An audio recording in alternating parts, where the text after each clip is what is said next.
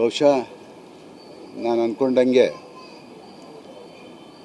ನಿರ್ದೇಶಕರಲ್ಲಿ ಬಹುಶಃ ಕೊನೆ ಕೊಂಡಿ ಅಂತ ಹೇಳ್ಬಿಟ್ಟು ನಾನು ಅಂದ್ಕೊಂಡಿದ್ದೆ. ಸುಮಾರು 40-45 ಪಿಕ್ಚರ್ಗಳನ್ನ ನಿರ್ಮಾಣ ಮಾಡಿದಂಥ ಜೋಸೆಮ್ಮನವರು ಅಷ್ಟು ವರ್ಷ ಇದ್ದರೂ ಕೂಡ ಸಾಧನೆ ಬೇಕಾದಷ್ಟು ಮಾಡಿದ್ರು. ಆದರೆ ಅವರು ಕೊನೆಯ ಗಳಿಗೆಯನ್ನು ಕಷ್ಟದ ದಿನಗಳಲ್ಲಿ ಕಳೆದಂಥದ್ದನ್ನು ನಾವೆಲ್ಲ ನೋಡಿದ್ದೀವಿ.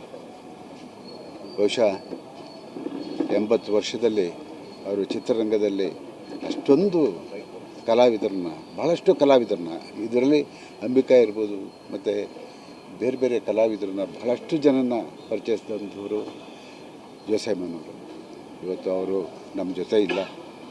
ಬಹುಶಃ ನಿನ್ನೆ ಚಲನಚಿತ್ರ ವಾಣಿಜ್ಯ ಮಂಡಳಿಯಲ್ಲಿ ಭೇಟಿಯಾಗಿದ್ದು, ಅದೇ ಕೊನೆ ಭೇಟಿ ಅಂತ ಹೇಳ್ಬಿಟ್ಟು ಅಂದ್ಕೊಂಡಿದ್ದೀನಿ.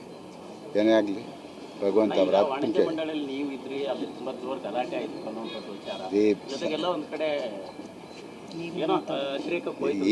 ಇಲ್ಲ ಅದೆಲ್ಲ ಕೊನೆಗೆ ಅವರೇ ಮಾತಾಡ್ಬಿಟ್ಟು ಕೂತ್ಕೊಂಡು ಇಲ್ಲ ಸುಮ್ಮನೆ ಒಂದು ಮಾತಾಡುವಾಗ ನಾನು ಮಾತಾಡ್ತಾ ಇದ್ದೀನಿ ಆಮೇಲೆ ಮಾತಾಡಿ ಅಂತ ಹೇಳಿದ್ದು. ಅದು ಒಂದು ದೊಡ್ಡ ಇದೆ. ಅದನ್ನೆಲ್ಲ ಇಶ್ಯೂ ಅಂತ ಅನ್ಕೋಬೇಡಿ. ಅದನ್ನೆಲ್ಲ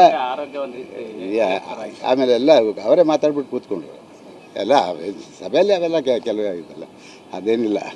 ಭಗವಂತ ಅವ್ರಿಗೆ ಆಯಸ್ಸು ಕೊಟ್ಟಿದ್ದಷ್ಟು, ಅದನ್ನು ನಾವು ಯೋಚನೆ ಮಾಡ್ಬೇಕು ನಾವೆಲ್ಲರೂ. ಹಾಗಾಗಿ ಅವ್ರ ಆತ್ಮಕ್ಕೆ ಶಾಂತಿ ಸಿಗಲಿ ಅಂತ ಹೇಳ್ಬಿಟ್ಟು ನಾನು ಆ ಭಗವಂತನಲ್ಲಿ ಪ್ರಾರ್ಥನೆ ಮಾಡ್ತೀನಿ.